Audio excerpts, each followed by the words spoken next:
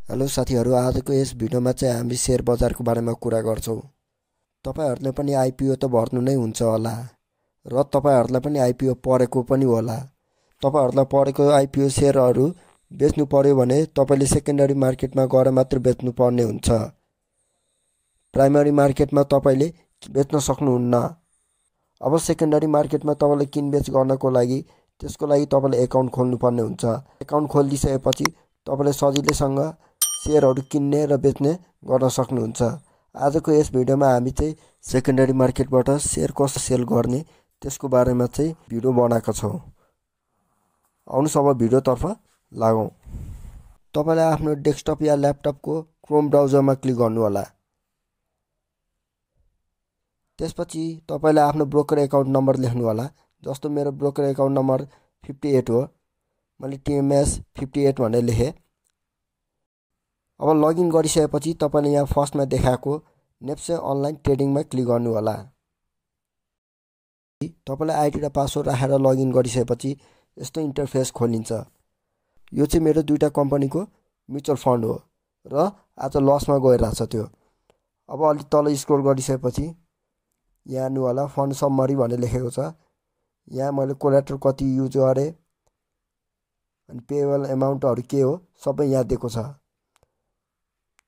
अब अलि तल आइसकेपछि यहाँ हेर्नु होला टप टर्नओभर भनिरहेछ, टप भोल्युम र टप ट्रान्ज्याक्सन भनिरहेछ।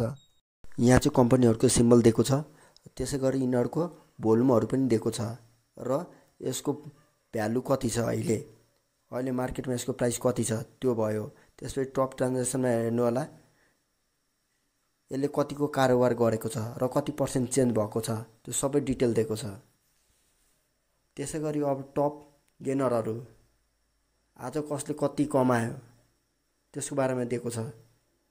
यहाँ कम्पनीहरुको नाम छ। त्यसैगरी यिनीहरुको भ्यालु यहाँ चाहिँ यसको प्राइसहरु दिएको छ।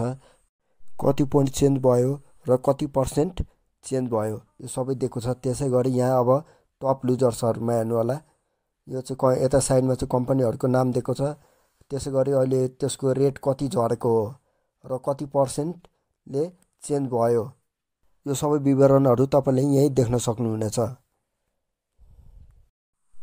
त्यसैगरी अब तपाईले यता फन्ड म्यानेजमेन्टमा आउनु होला अनि तपाईले यहाँ कोल्याटरल म्यानेजमेन्टमा क्लिक गर्नु होला। त्यसपछि लोड कोल्याटरलमा क्लिक गर्नु होला। यो सबै डिटेल भरेर तपाईले यसमा सबमिटमा क्लिक गर्दिनु होला अनि तपाईले कोल्याटरल लोड गर्न सक्नुहुन्छ। तपाईले अब कोल्याटरल लोड गरिसकेपछि तपाईले अर्डर म्यानेजमेन्टमा क्लिक गर्नु होला।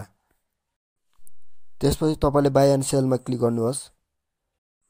अब तपाईले बाइ पटि क्लिक गर्नु होला। यहाँ तल हेर्नु होला टप 5 बाइ र टप 5 सेल भनिरहेछ। यहाँ चाहिँ तल कसले कति अर्डर गरेको छ र कति क्वान्टिटीमा अर्डर गरेको छ। त्यसपछि प्राइसमा पनि कुन चाहिँ प्राइसमा कति अर्डर गरेको हो। त्यसैगरी टप 5 सेलमा पनि कसले कति बेच्यो, कति किताब बेच्यो, कति प्राइसमा बेच्यो त्यो सबै दिइराछ। यहाँ तल हेर्नु होला टोटल बाइ गर्ने क्वान्टिटी कति हो र टोटल सेल गर्ने क्वान्टिटी कति हो त्यो सबै यहाँ दिएको छ। त्यसैगरी अहिले यसको भ्यालु कति हो, यसको हाई कति हो, लो कति हो सबै यहाँ डिटेल दिएको छ।